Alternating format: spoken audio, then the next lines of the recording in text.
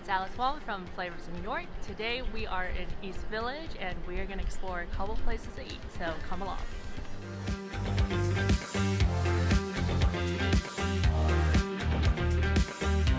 Our next stop is Memphis Seoul, a restaurant that is fusing Korean flavors with some soul food. Let's check it out.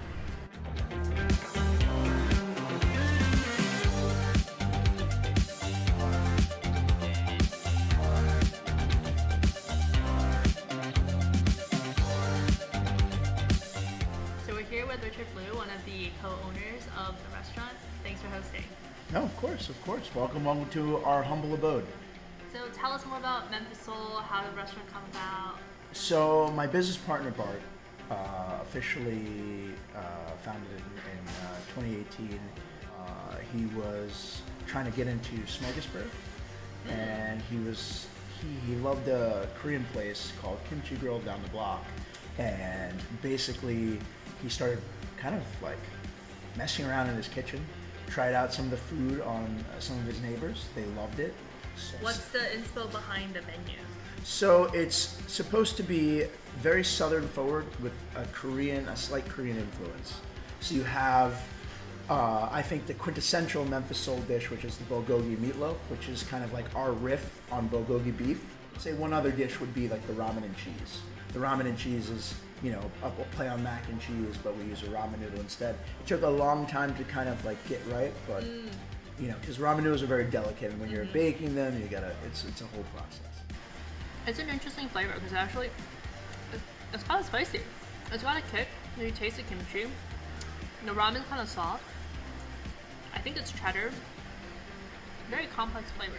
So I see a lot of chicken on the menu too. Tell us more about that. Well, you can't have a southern place without chicken. I mean, it's not possible. So basically, what I would say is our chicken is southern meets Korean. We have our proprietary blend of spices and herbs with our batter, and when you taste it, you're going to get a little southern, you're going to get a little Korean.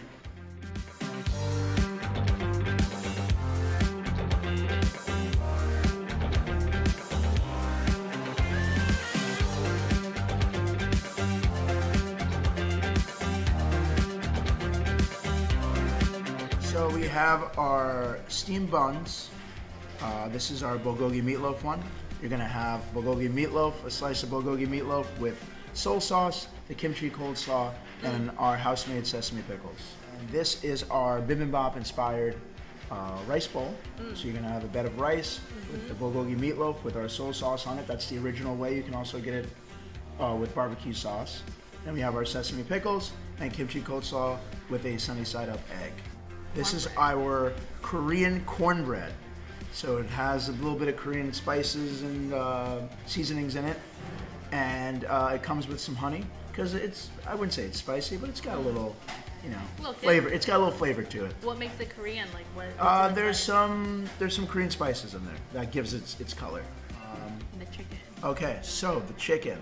I gave you one of each of our sauces. We've got the Fat Elvis, which is tangy. Fat Elvis is named after Elvis, and we call it Fat Elvis because that's when we believe he made his best music, when he was at his heaviest.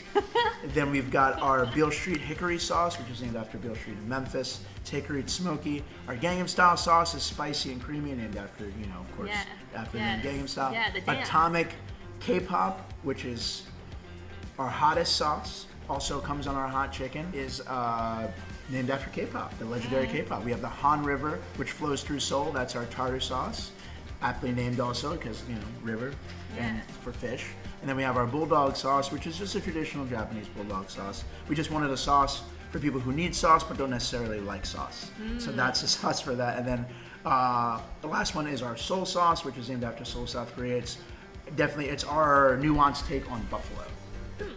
Okay, let's start with the chicken. Sweet. Hold on. Let's do a little slide here. Oh, really good. It's not thick, very creamy. Some red pepper. A little red pepper. I taste the red pepper. A little garlic.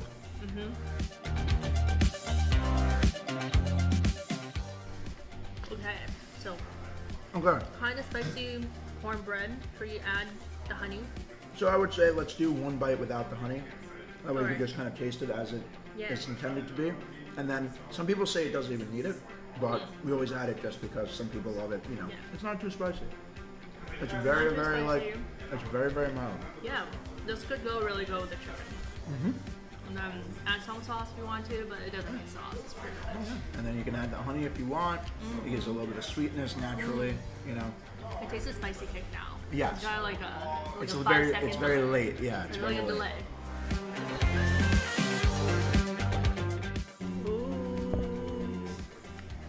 That's like the instant moment when you like slow-mo and you add in like all the dramatic music, you know? Yep.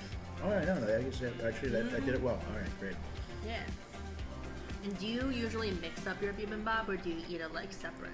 I kind of just like, or what I would do is I'll make sure like it's like a process where I'm just kind of like, I grab one element, then the next element, then the next component, and then I get like one in one bite. Yeah, you know? yeah. I try to make sure I get as much of everything in every bite as possible. That way you get just all the layers of flavor. So this is the meatloaf, right? Yes, the that's the bulgogi meatloaf. Yep. Okay. What kind of meat is it made of? It's 100%. It's our riff on bulgogi beef, so it's 100% beef.